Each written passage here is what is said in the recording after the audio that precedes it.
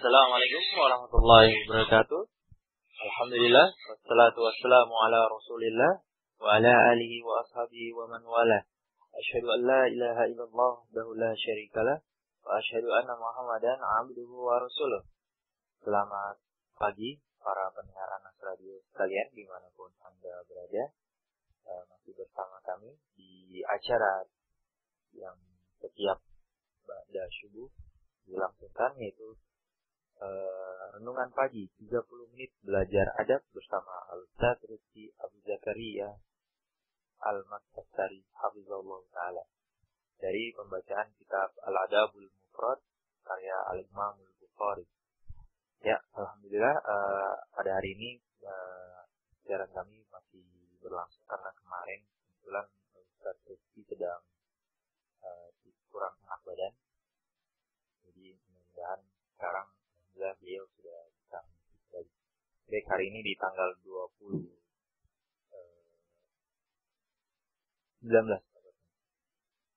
Zulqa'dah di bertepatan tanggal 25 September 2013 di pagi yang insyaallah cerah ini kita akan sapa dulu terlebih dahulu Al-Ustaz Rizky. Assalamualaikum Ustaz. Waalaikumsalam warahmatullahi wabarakatuh. Agak jauh saat ya, suara yang bisa mendekati kita. Ya, waalaikumsalam warahmatullahi wabarakatuh. Nah, sip, Ustaz. Gimana, Ustaz? Udah sehatan, Ustaz ya? Ya, alhamdulillah taala. Alhamdulillah. Baik, para pemirsa mungkin yang ingin menyampaikan pertanyaan masih seputar 30 menit belajar adab ini, masih di adab pada kedua orang tua, mungkin bisa mengirimkannya ke email di kotak surat @annasradio.com atau bisa melalui Yahoo Messenger di alamat annasradio, atau bisa melalui pin BlackBerry di 2633310D, atau bisa melalui Skype secara langsung dengan alamat annasradio, dan yang terakhir di WhatsApp 081317854974. Baiklah, Ustaz, sudah lewat 8 menit dari waktu yang sangat. Silakan, Pak. Bismillahirrahmanirrahim. Alhamdulillah, nahmaduhu wa nasta'inuhu wa nastaghfiruh wa na'udzu billahi min shururi anfusina wa min sayyiati a'malina. Man yahdihillahu fala mudilla lahu wa man yudlil fala hadiya lahu. أشهد أن لا إله إلا الله وحده لا شريك له وأشهد أن محمدا عبده ورسوله أما بعد فإن أحسن الحديث كتاب الله تعالى وخير الهدى هدى محمد صلى الله عليه وآله وسلم وشر الأمور محدثاتها فإن كل محدثة بدعة وكل بدعة ضلالة وكل ضلالة في النار. Alhamdulillah ta'ala, di pagi yang mubarakah ini insyaallah kita dapat bersua kembali dalam pembahasan kitab Al-Adab Al-Mufrad yang ditulis oleh Al-Imam Muhammad bin Ismail Al-Bukhari rahimahullahu ta'ala. Wa alhamdulillah ta'ala kita telah masuk kepada pembahasan pembahasan dari bab yang ke-6 dari kitab Adabul Mufrad, yakni bab Jazaa'ul Walidain, di mana pada bab ini walhamdulillah taala di pertemuan kita sebelumnya kita telah menyebutkan hadis dari hadis Abu Hurairah radhiyallahu taala anhu, لا يجزي ولد والده إلا أن يجده مملوكا فيشتريه فيعتقه.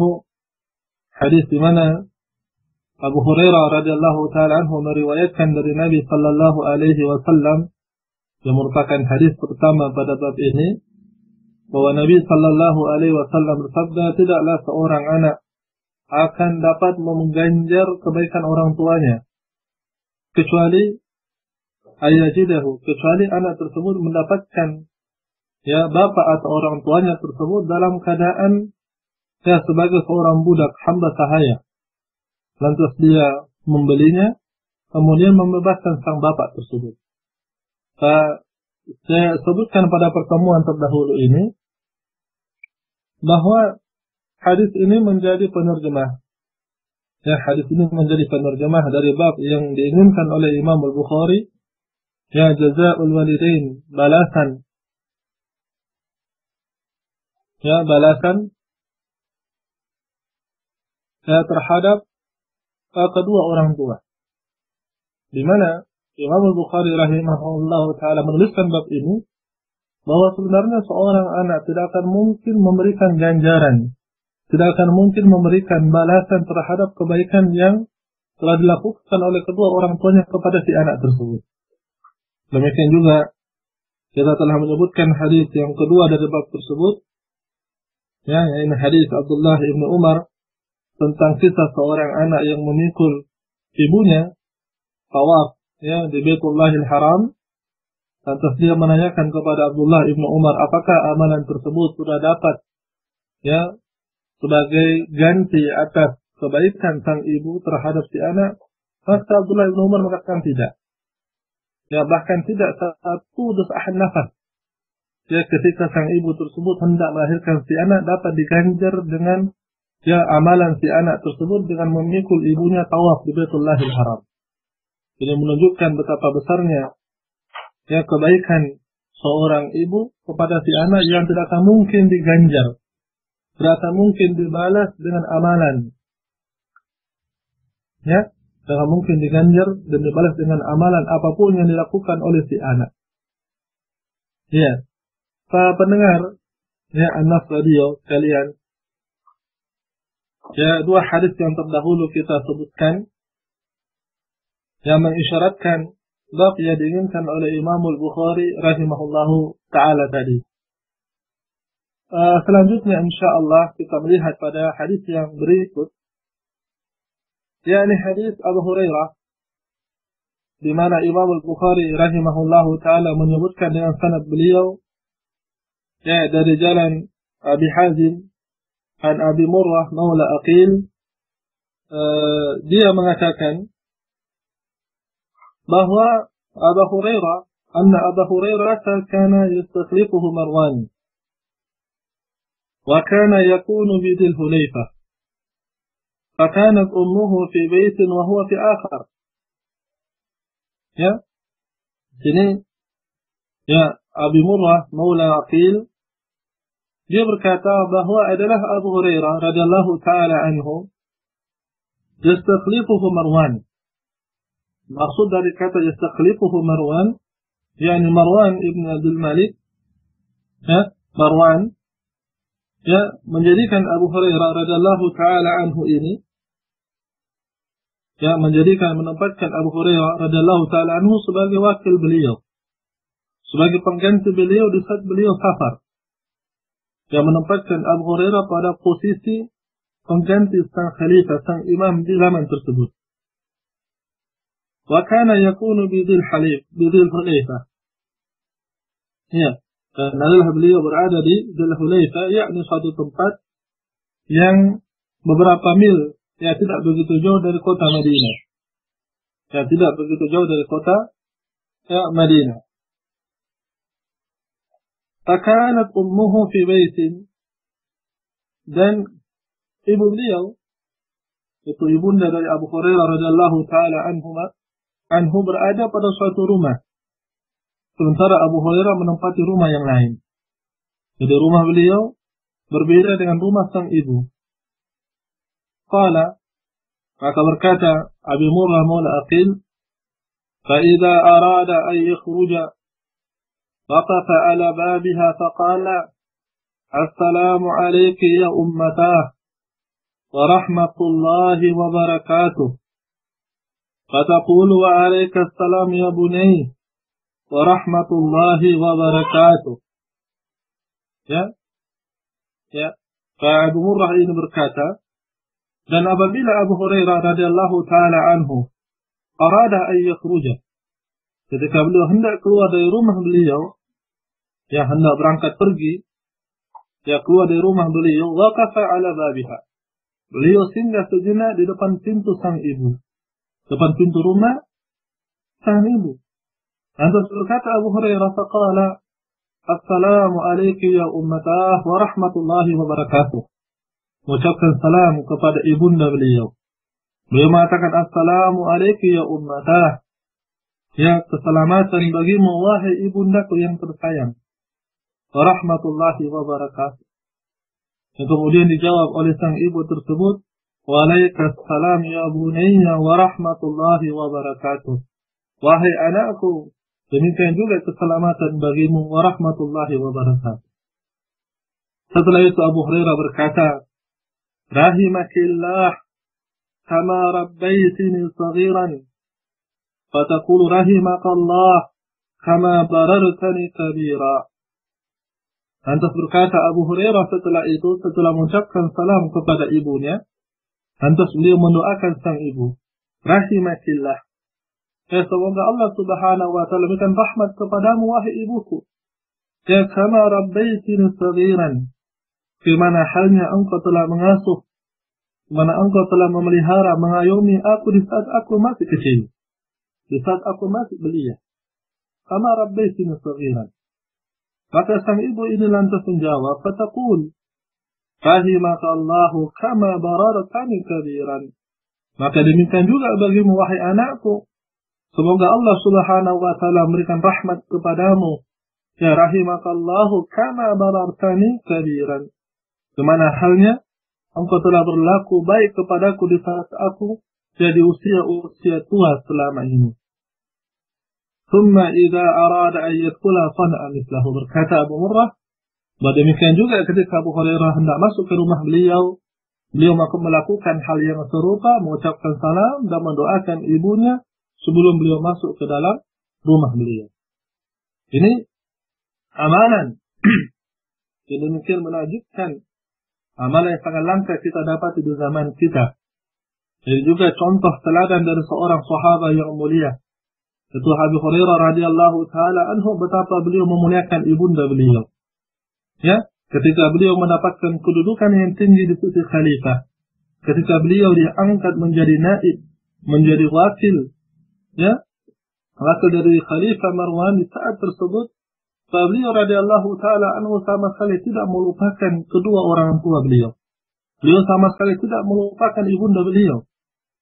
Ya, bahkan ketika beliau mendapatkan kedudukan yang tinggi ini, senantiasa beliau yang mendatangi rumah ibunda beliau dan berdiri di hadapan rumah tersebut, hanya sebatas mengucapkan salam kepada sang ibu. Ya, beliau mengatakan, Assalamu alaikum ya ummatah, dan kalimat ya ummatah, ya, yang menunjukkan ungkapan rasa cinta, ungkapan rasa sayang. Ya, ungkapan rasa sayang seorang anak ketika dia menyapa ibunya, ya ummatah, wahai ibundaku yang tersayang. Assalamu alaikum warahmatullahi wabarakatuh. Dan kemudian dijawab juga oleh sang ibu ini, menunjukkan betapa kasih sang ibu kepada si anak. Dia menjawab, ya bunayya, waalaikumsalam ya bunayya warahmatullahi wabarakatuh. Wahai anakku yang tercinta, demikian juga waalaikumsalam warahmatullahi wabarakatuh. Ya, ini hubungan yang terjalin. Ya, ketika sang ibu ya mengasuh, ya mengajarkan kepada si anak, ya, sopan santun, mengajarkan akhlak yang mulia, mengajarkan adab yang mulia kepada si anak, maka anak tersebut juga akan membalaskan dengan adab yang mulia kepada ibunya. Demikian ditunjukkan oleh Abu Hurairah radhiyallahu taala anhu kepada sang ibu. Dan pada hadis ini juga, ya, terdapat sunnah yang dicontohkan oleh Abu Hurairah radhiyallahu taala anhu, sunnah untuk mendoakan sang ibu.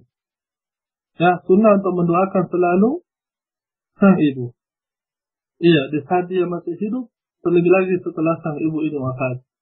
Abu Hurairah radhiyallahu taala anhu tidak pernah satu hari pun pada hadis ini luput dari beliau untuk datang di hadapan, di depan pintu sang ibu hanya untuk mengucapkan doa. Rahimakillah kama rabbaytini saghiran. Ya, semoga Allah subhanahu wa ta'ala memberikan rahmat kepadamu ya ibu, ya, sebagaimana engkau telah mengasuhku di saat aku masih belia. Perhatikan perbedaan yang sangat mencolok antara amalan beliau radhiyallahu taala anhu ya dengan kita, dengan kaum muslimin yang ada di zaman ini. Ya, di zaman ini ya, ketika seseorang telah mendapatkan kedudukan yang tinggi, ketika seseorang diberikan kelimpahan harta, ketika seseorang mendapatkan kemuliaan di mata orang-orang yang lain, ya, kemuliaan di mata kaum muslimin, mendapatkan penghargaan, pengagungan dari kaum muslimin, terkadang seorang anak dia lupa kepada orang tuanya. Terkadang seorang anak dia lupa ya bagaimana seharusnya dia berlaku kepada kedua orang tuanya. Demikianlah hingga Allah Subhanahu wa taala mengisyaratkan hal tersebut di dalam Al-Qur'an Al-Karim. Wa na'udzubillah. Fahal 'asaytum in tawallaytum fil ardi faqattu arhamakum ulaika alladziina la'anahumullahu fa'asammahu wa a'ma absarahum. Allah Subhanahu wa taala berfirman, dan apakah kalian ini kiranya ketika kalian tawallaitum fil ardi, ketika kalian telah mendapatkan kedudukan di muka bumi, ketika kalian telah mendapatkan apa yang kalian inginkan dari dunia, kalian memutuskan silaturahim, kalian memutuskan hubungan antara kalian dan keluarga kalian, terutama hubungan kepada kedua orang tua tentunya. Ulaika alladzina, lantas Allah Subhanahu wa taala menifati sifat orang-orang yang semacam ini. Orang yang ketika dia mendapatkan kebaikan di dunia, kedudukan, kemuliaan dan penghargaan, lantas dia melupakan kedua orang tuanya. Lantas dia tidak lagi menjalin hubungan kepada karib kerabat dia. Maka Allah Subhanahu wa taala menifati orang seperti ini, ulaika alladzina la'anahumullah.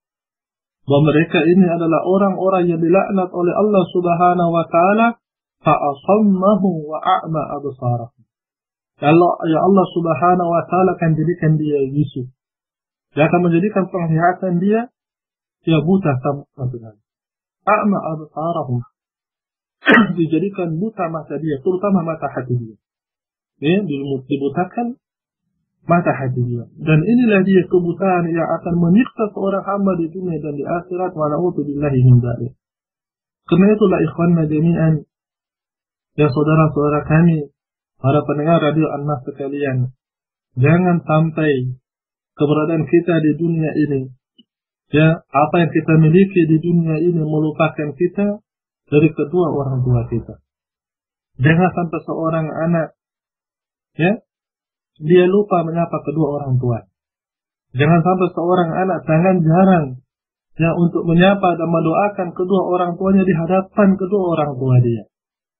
Maka demikian juga halnya ketika seorang ibu, seorang ayah, ya, ketika seorang anak menunjukkan perbuatan baik di hadapan kedua orang tua, hendaklah seorang ibu, seorang ayah juga yang menunjukkan rasa welas asih dia kepada si anak. Menunjukkan bahwa kasih sayang dia tidak akan putus walaupun si anak ini telah menanjak dewasa. Ya, walaupun si anak ini telah mapan di muka bumi ini, di dunia ini. Tetap kedua orang tua senantiasa menunjukkan kasih sayangnya, senantiasa menunjukkan doa dia kepada si anak, sebagaimana dicontohkan oleh ibunda Abu Hurairah radhiyallahu taala anhu, ya, di mana dia pun juga turut mendoakan si anak, rahimakallah kama bararatani kabiran. Fahal jazaul ihsan ilal ihsan. Subhanallah. Maka kebaikan yang dilakukan oleh si ibu ini dibalas juga dengan kebaikan. Dan kebaikan yang ditunjukkan oleh Abu Hurairah juga berupa doa tadi, juga ya dibalas dengan kebaikan berupa doa oleh sang ibu. Ya, ini teladan yang dapat kita petik dari hadis Abu Hurairah radhiyallahu taala anhu, ya, pada bab yang ke-6, ya, bab jazaul walidain dari kitab Adabul Mufrad. Selanjutnya, ya, para pendengar sekalian, yang semoga Allah Subhanahu wa taala senantiasa yang memberikan keberkahan kepada kita di pagi hari ini. Selanjutnya, Imam Al-Bukhari rahimahullahu taala menyebutkan hadis yang ke-13 ya dari kitab ini pula, setelah beliau menyebutkan sanad beliau dari jalan Atha ibn Sa'id an abihi an Abdullah ibn Amr qala جاء رجل إلى النبي صلى الله عليه وآله وسلم يبايعه على الهجرة فترك أبويه يبكيان فقال ارجع إليهما وأضحكهما كما أبكيتهما. Dari hadis Abdullah ibn Amr, dia berkata bahwa ada seorang laki-laki datang kepada Nabi sallallahu alaihi wa alihi wasallam. Ya, menjumpai Nabi sallallahu alaihi wa alihi wasallam yubayi'uhu 'ala al-hijrah. Tujuan laki-laki tersebut datang kepada Nabi sallallahu alaihi wa alihi wasallam untuk mengambil baiat dari Nabi sallallahu alaihi wasallam atas hijrah. Itu hijrah ke Madinah. Wa taraka abawaihi yabkiyan. Sementara dia meninggalkan kedua orang tuanya menangis. Meninggalkan kedua orang tuanya dalam kondisi sangat bersedih, hingga menangisi kepergian sang anak. Maka Rasulullah sallallahu alaihi wa alihi wasallam bersabda dan memerintahkan kepada anak tersebut, irji ilaihima, kembalilah engkau kepada kedua orang tuamu. Ya, wa adhikhuma, dan jadikanlah mereka berdua ini tertawa kembali. Senangkan hati mereka, ya, sisipkan rasa sukacita ke dalam hati mereka. Wa'adhikhuma kama abqaitahuma, sebagaimana engkau telah menjadikan keduanya menangis, sebagaimana engkau menjadikan keduanya bersedih hati karena kepergianmu.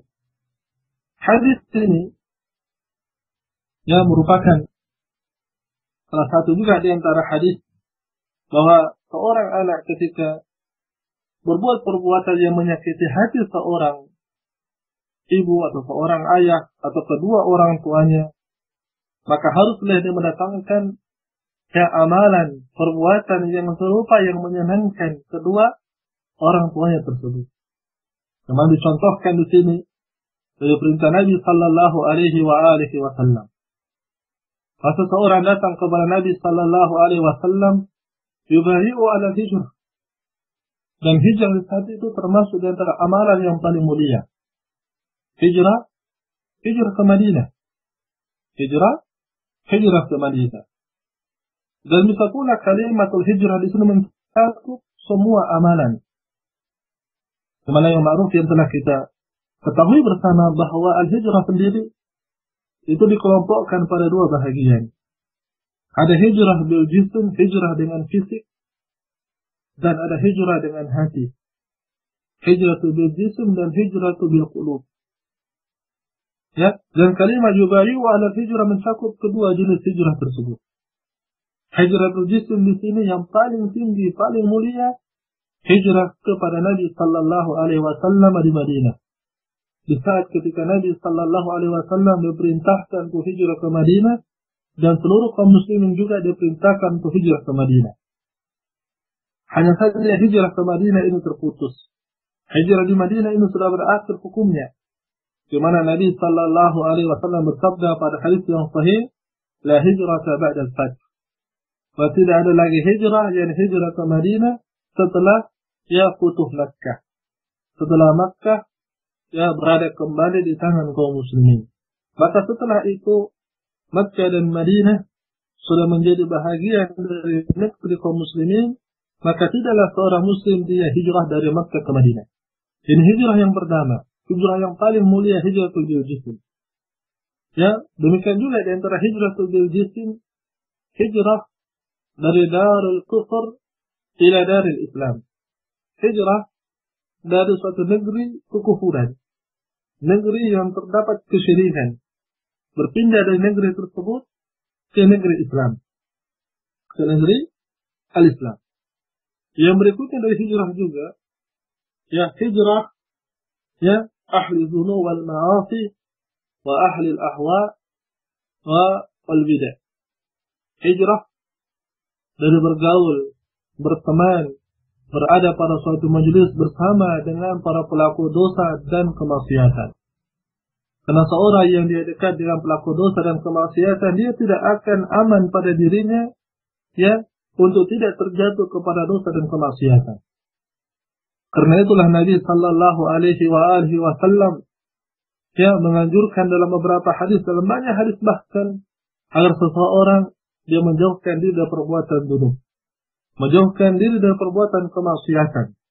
Bahkan di dalam Al-Quranul Karim disebutkan, la taqrabu az-zina, jangan kalian dekati perbuatan zina.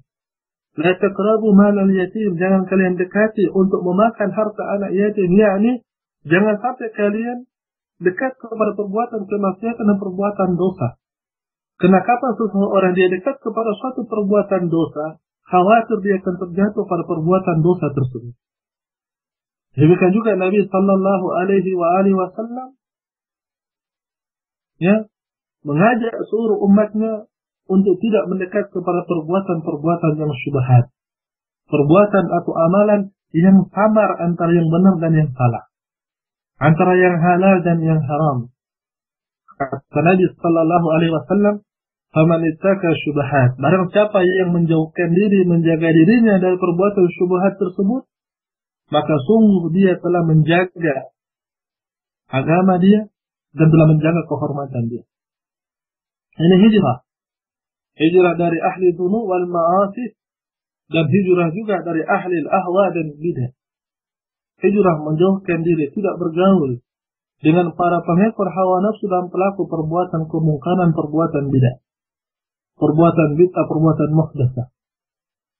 Ya, agar jangan sampai perbuatan tersebut yang menyimpang dari sunnah Nabi Sallallahu Alaihi Wasallam disangkakan sebagai perbuatan yang sunnah oleh kaum muslimin yang melihatnya. Selanjutnya juga di antara bentuk hijrah bil jism, ini juga disebutkan pada hadis, ya, pada hadis Abdullah ibn Amr, di mana Nabi Sallallahu Alaihi Wasallam ya bersabda, "Satakunu hijratun ba'da hijratin, ya, fa khiyaru ahli al-ardi alzamuhum ya muhajir Ibrahim, wa yabqa fil ardi shiraru ahlihi." Ya, Abdullah ibn Umar meriwayatkan secara marfu' dari Nabi Sallallahu Alaihi Wasallam bahwa akan terdapat lagi hijrah setelah hijrah. Itu hijrah dari suatu negeri ke negeri yang lain setelah hijrah dari negeri kufur ke Madinah. Yang kita sebutkan tadi bahwa hijrah ke Madinah ini telah terputus dengan Futuh Makkah. Lantas Nabi Sallallahu Alaihi Wasallam bersabda, maka sebaik-baik penghuni bumi, sebaik-baik penduduk bumi saat itu, yakni mereka yang menepati muhajir Ibrahim, ya, tempat hijrahnya Ibrahim alaihissalam. Sebagian para ulama menafsirkan muhajir Ibrahim ini, ya, ini adalah negeri Syam. Hingga beberapa ulama menafsirkan hadis Abdullah ibn Amr di sini, hijrah di akhir zaman itu hijrah ke negeri Syam, hijrah ke negeri Syam. Hingga ada seorang di antara kalangan ulama menulis kitab khusus dalam bab ini, yaitu Al-Baqai rahimahullahu taala, kitab tentang i'lam akan hijrah, tentang hijrah ke negeri Syam. Ini hijrah itu bil jism. Adapun hijrah bil qulub, ya, hijrah bil qalbi, ini maksud dengan hijrah bil qalbi itu hijrah kepada Allah Subhanahu wa taala dan hijrah kepada Rasulullah sallallahu alaihi wasallam. Dalam makna hijrah seorang hamba dia kepada ketaatan dan ketundukan kepada segala yang disampaikan oleh Allah Subhanahu wa taala dan Rasulullah sallallahu alaihi wasallam. Ini hijratu ila Allah wa ila Rasulillah sallallahu alaihi wasallam. Bagaimana ya Allah Subhanahu wa taala berfirman dalam Al-Qur'anul Karim, "War-rijza fahjur." Dan segala perbuatan yang najis. Najis yang dimaksud di sini najis kesyirikan. Najis kesyirikan, najis kemaksiatan, najis pengingkaran kepada syariat Allah Subhanahu wa taala. Ini lebih utama daripada najis yang tampak yang dapat kita rasakan. Dari najasa yang ada yang sifatnya terlihat. Maka najis yang paling berbahaya adalah najis kesyirikan, najis dalam akidah, najis dalam keyakinan seorang muslim. Maka Allah Subhanahu wa taala berfirman, "Warridu tafahjur." Maka najis yang semacam ini berupa kesyirikan, kekufuran, kemaksiatan, maka wajib bagi seorang hamba untuk hijrah dari perbuatan tersebut. Hijrah kemana? Hijrah kembali kepada ketaatan kepada Allah Subhanahu wa taala dan ketundukan kepada Rasulullah sallallahu alaihi wasallam. Hingga Rasulullah sallallahu alaihi wasallam pada suatu hadis yang sahih diriwayatkan oleh Imam Al-Bukhari, Nabi sallallahu alaihi wasallam bersabda, "Al-muslimu man salima al-muslimuna min lisanihi wa yadihi, wal muhajiru man hajara ila Allah amma naha anhu." Seseorang muslim, yakni seseorang yang mana kaum muslimin akan merasa aman.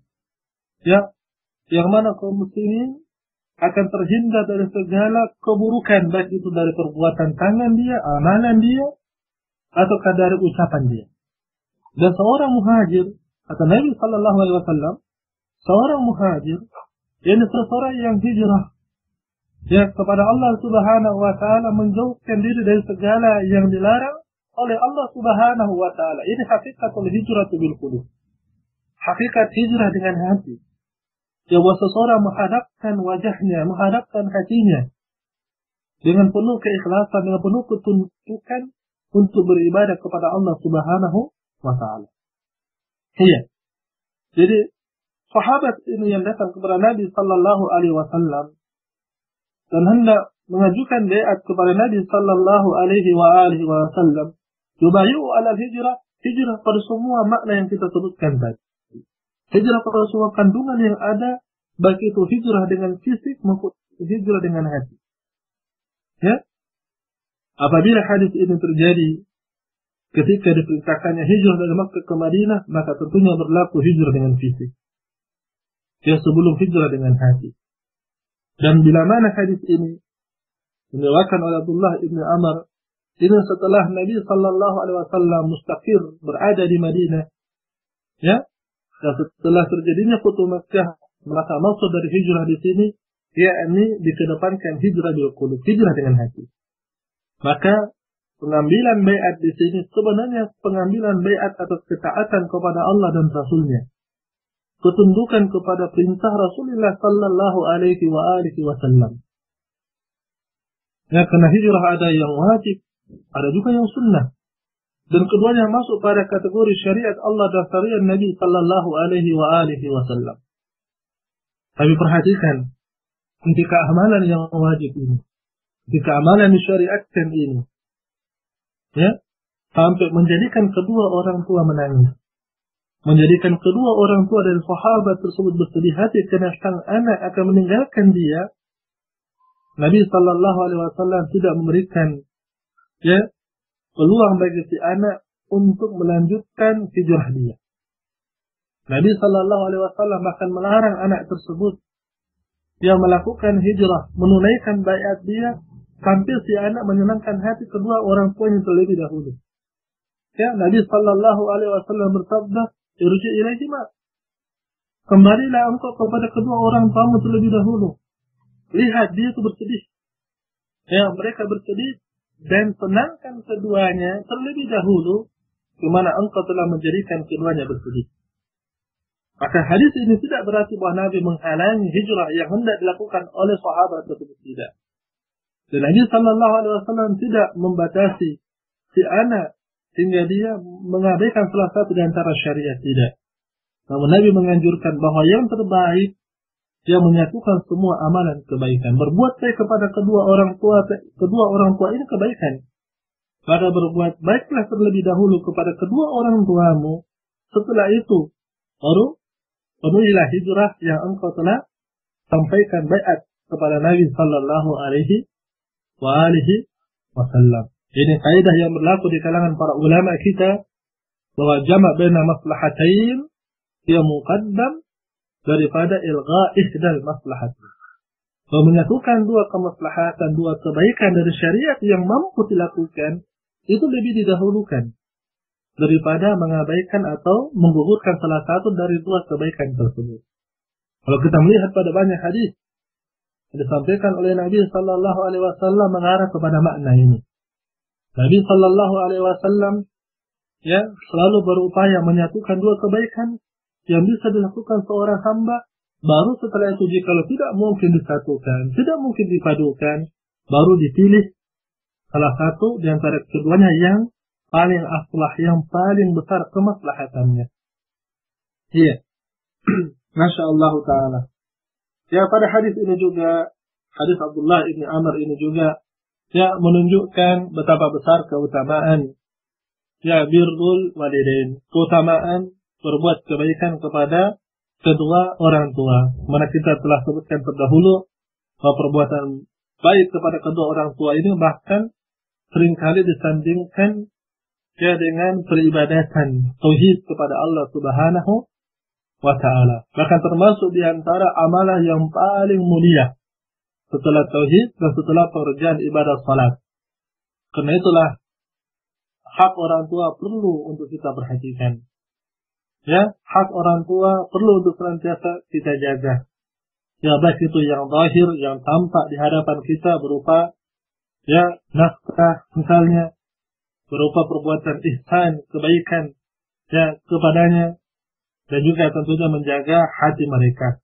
Agar jangan sampai kedua orang tua kita mereka wafat, mereka meninggal dan kadang dia bersedih atas perbuatan dan cinta laku kita wa na'udzubillah. Karena ridha Allah Subhanahu wa Ta'ala ada pada ridha kepada kedua orang tua kita. Kemana halnya kemurkaan Allah Subhanahu wa Ta'ala, itu berada pada kemurkaan kedua orang tua. Kemana yang telah kita sebutkan dari asar, Abdullah ibn Umar terdahulu. Iya, Masya Allah Ta'ala.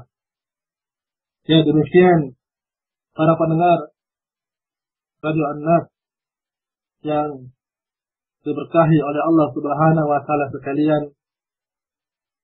Semoga apa yang dapat kami sampaikan di pagi hari ini bisa sebagai pengingat kepada kita semua tentunya, agar kita senantiasa mengingat kebaikan orang tua kita, senantiasa kita mulai untuk berazam, kita mulai untuk menyiapkan diri kita menjalin hubungan yang paling baik kepada kedua orang tua kita selama dia masih hidup. Hubungi mereka. Jalin silaturahim dengan mereka. Kalau bisa setiap hari, setiap saat. Setiap kali bersua dengannya, maka kita ucapkan salam, ucapkan doa. Kita bermuka manis kepada kedua orang tua kita.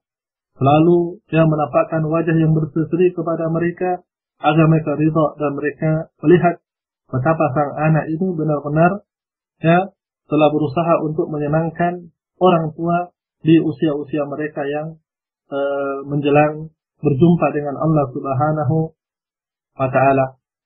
Semoga apa yang dikutip oleh Imam Bukhari rahimahullah ta'ala dari kitab Adabul Mufrad ini bermanfaat bagi kita sekalian. Kita cukupkan insyaallah. Subhanakallahumma wa bihamdik, asyhadu an la ilaha illa anta, astaghfiruka wa atubu ilaik. Alhamdulillah, demikian tadi paparan dari Ustaz Isyal Zakaria mengenai berbuat baik pada kedua orang tua.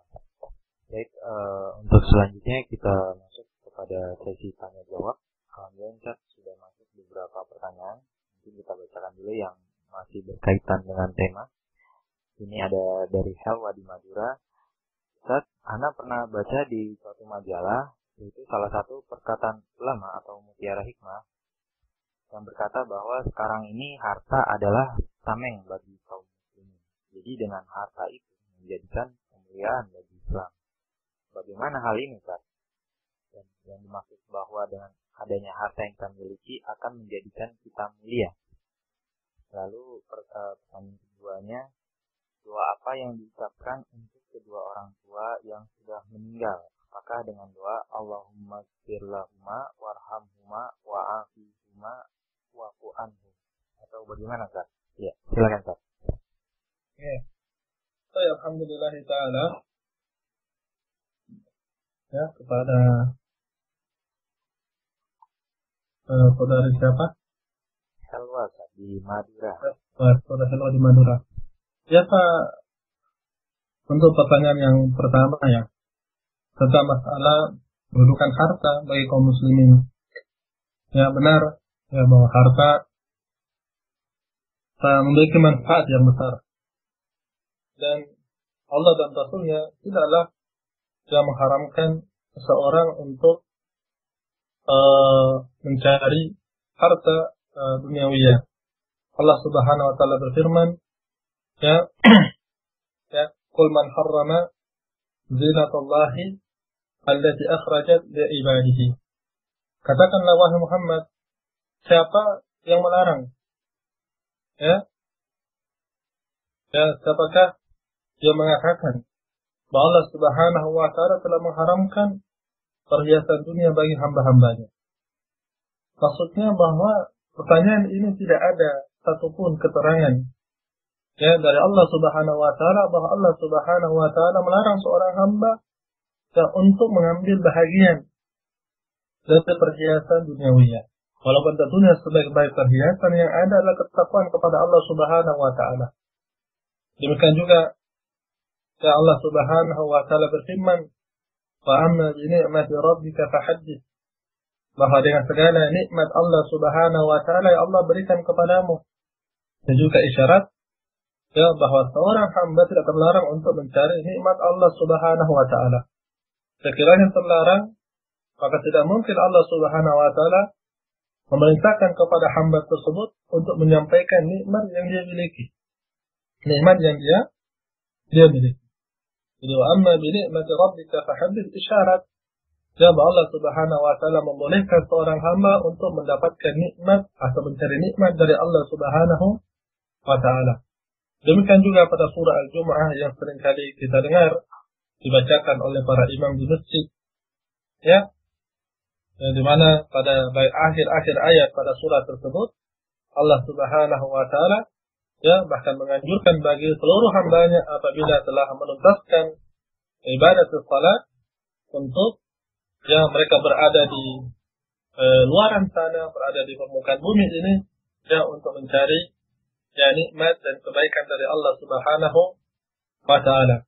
Fa idza qudiyatis salatu fantashiru fil ardi. Dan apabila telah selesaikan ibadah salat fantashiru fil ardi, maka bersegeralah kalian menyebar di muka bumi ini.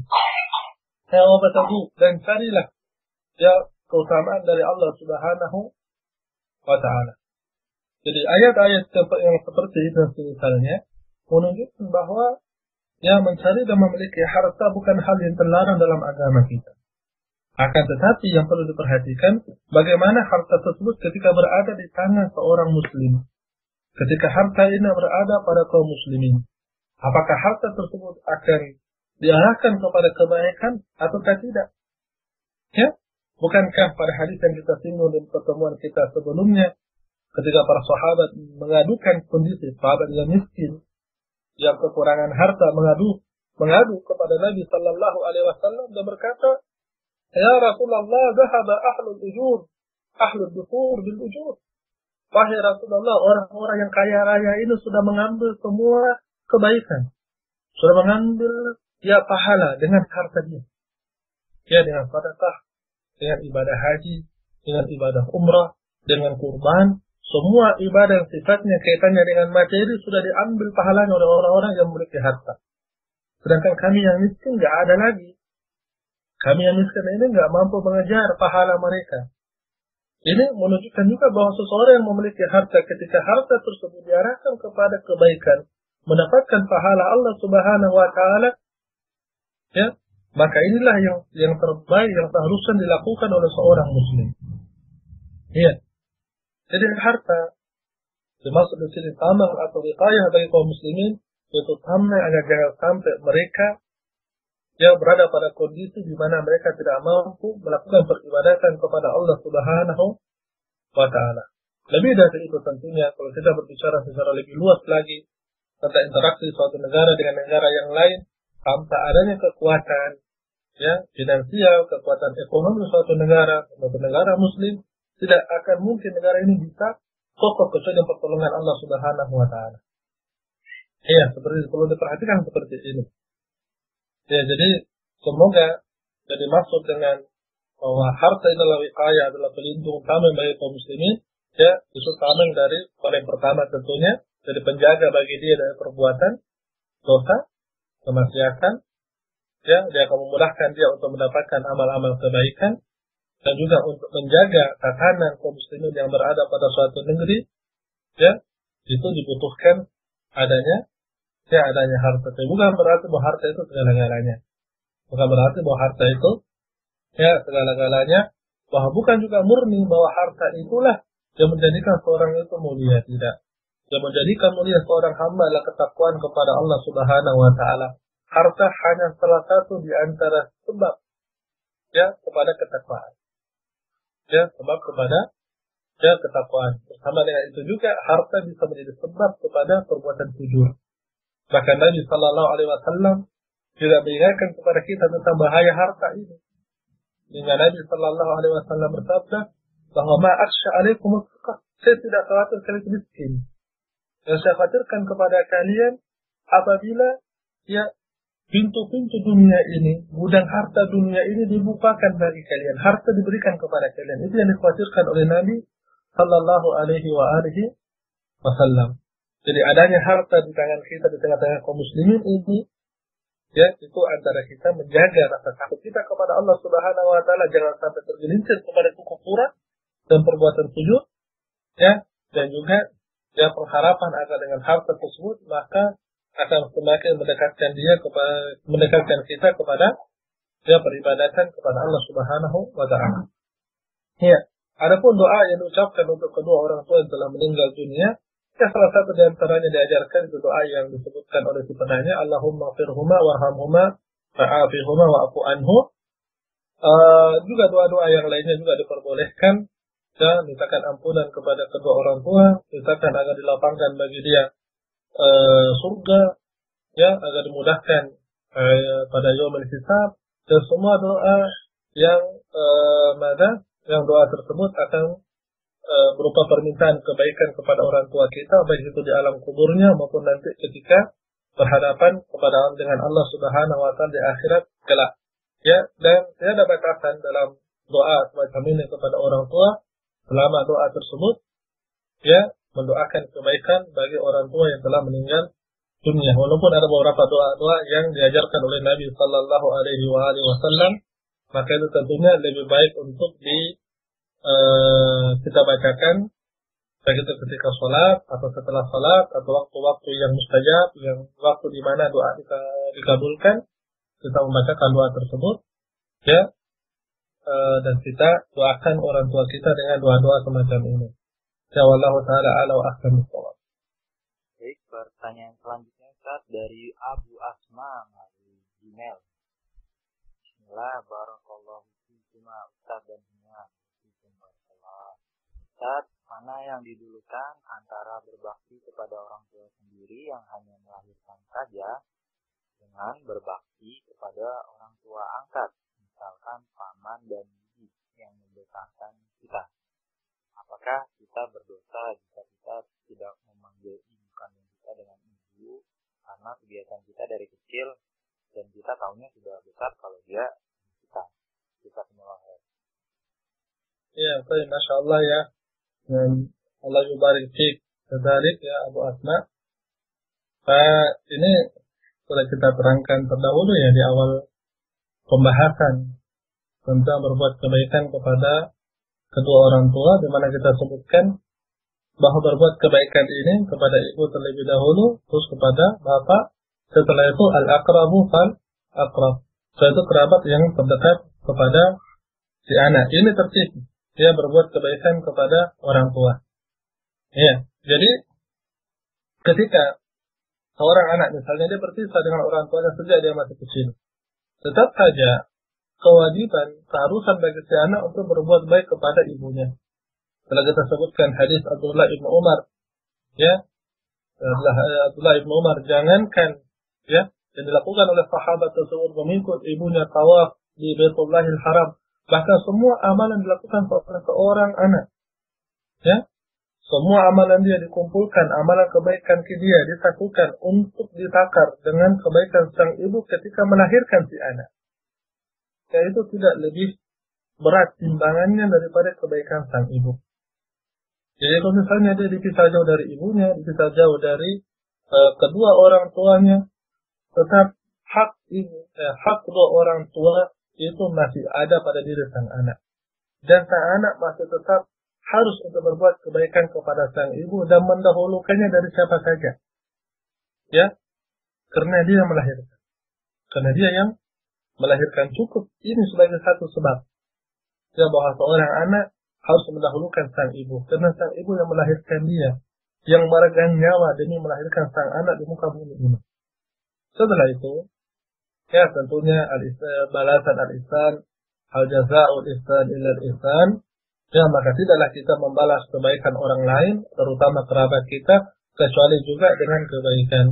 Ya, ini berlaku juga bagi orang tua angkat yang mengasuh, ya, yang membesarkan, terus menyekolahkan, mengarahkan kepada jalan-jalan kebaikan. Maka amalan-amalan yang terpuji dan demikian agung ini juga haruslah dibalas oleh sang anak tersebut dengan kebaikan. Ya, jadi setelah dia berbakti kepada orang tua sendiri, setelah itu dia berbakti kepada paman atau bibinya atau siapa saja yang telah membesarkan dia sebagai orang tua angkat bagi si anak. Iya, seperti itu.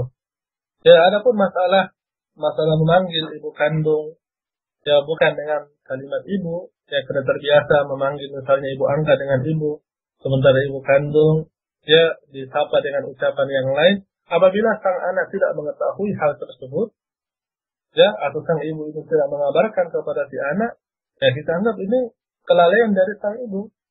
Ya, dan si anak yang tidak mengetahui hal tersebut tidak dikenakan hukum sama sekali. Karena ketidaktahuan dia ini terkait dengan hukum yang disebutkan oleh para pakar fikih. Udzur selalu berlaku bagi seseorang yang tidak mengetahui. Iya, namun setelah dia mengetahui bahwa ternyata itu adalah ibu kandung dia suatu waktu misalnya, maka si anak ini mesti memanggil kepada sang ibu tersebut dengan panggilan yang menunjukkan bahwa itu adalah ibu kandung dia. Ya, bahkan yang ucapan yang lebih dari itu, bagaimana dilakukan oleh Abu Hurairah tadi, yang menyapa ibunda dia dengan ucapan ya ummata. Kalimat ummata ini menunjukkan rasa kasih sayang, rasa cinta yang besar. Wahai ibuku yang terkasih, wahai ibuku yang tersayang, ya ummata. Ya, maka seperti itulah seharusnya seorang anak ketika dia telah mengetahui bahwa ibundanya adalah si fulana, maka dia sapa dengan sapaan yang menunjukkan rasa cinta dan rasa kasih tadi. Ya Allah Ta'ala ala wa ahkam bisawab. Ya Ustaz, ini ada pertanyaan yang baru masuk, mungkin berkaitan banget sama yang pertanyaan sebelumnya dari Muhammad Ilham di Makassar. Ustaz, bagaimana orang tua yang membuang anaknya atau menelantarkannya, apa masih wajib untuk berbuat baik padanya, Ustaz? Ya, jazakumullah khairan ya kepada Abu Ilham. Ini pertanyaan yang menarik sebenarnya, dibahas juga oleh beberapa kalangan ulama kita terkait dengan masalah seorang tua yang tidak menghendaki si anak. Dia tidak menghendaki kehadiran si anak, lantas si anak ini dititipkan atau ditelantarkan atau dibuang begitu saja. Apakah hak-hak orang tua tersebut masih ada bagi si anak, ataukah si anak ini tidak memiliki lagi kewajiban untuk berbuat kebaikan kepada kedua orang tua? Yang terakhir, dari pendapat sebagian besar para ulama, yang ada kewajiban berbuat baik kepada kedua orang tua itu tidak terikat dengan perilaku orang tua.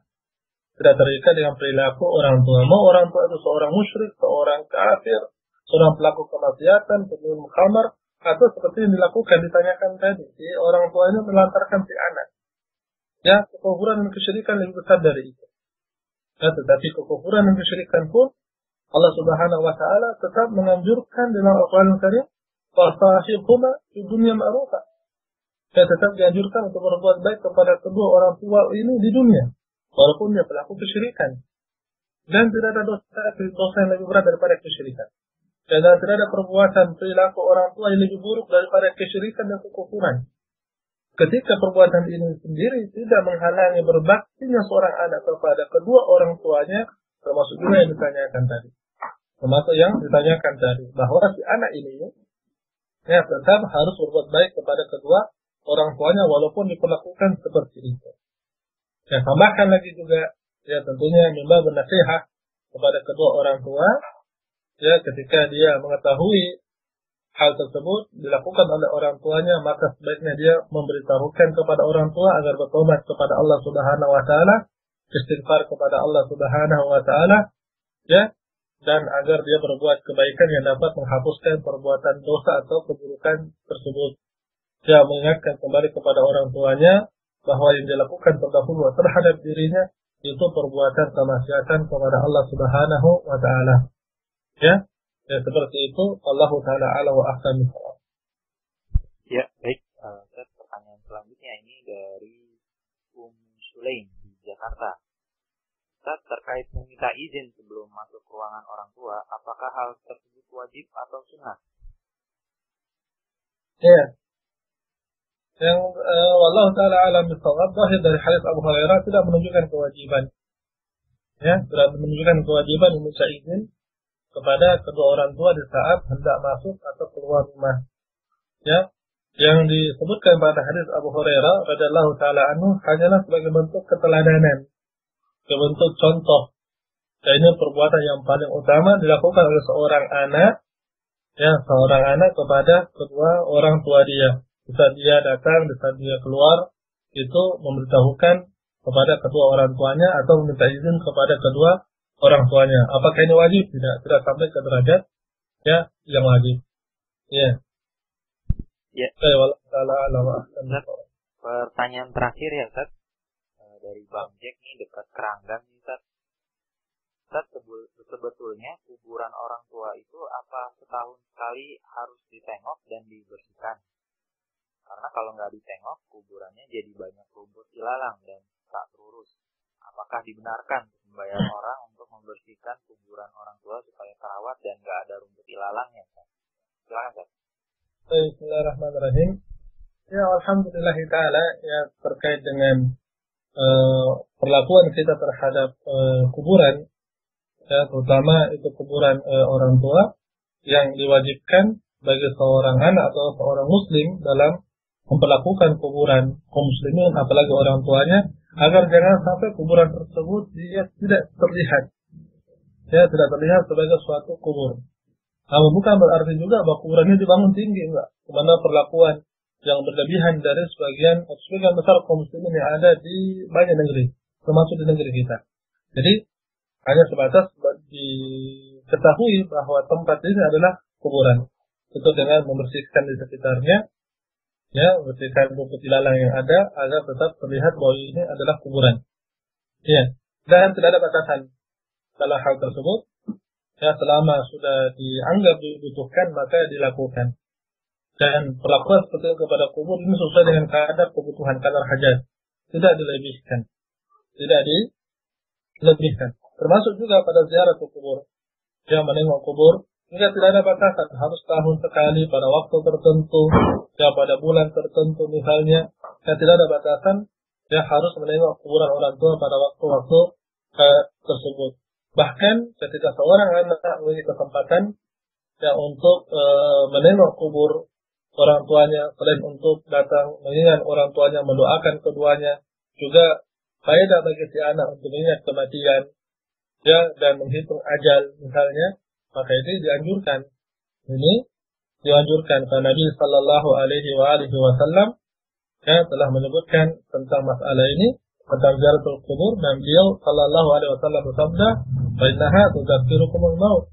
Karena ziaratul kubur ini akan mengingatkan kalian kepada kematian.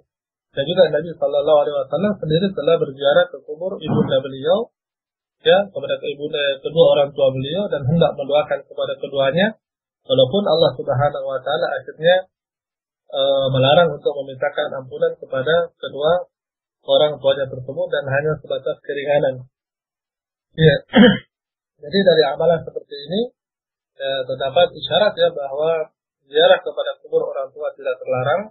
Apabila orang tua kita itu muslim, maka dianjurkan juga untuk mendoakan kedua orang tua kita pada saat ziarah ke kubur tersebut.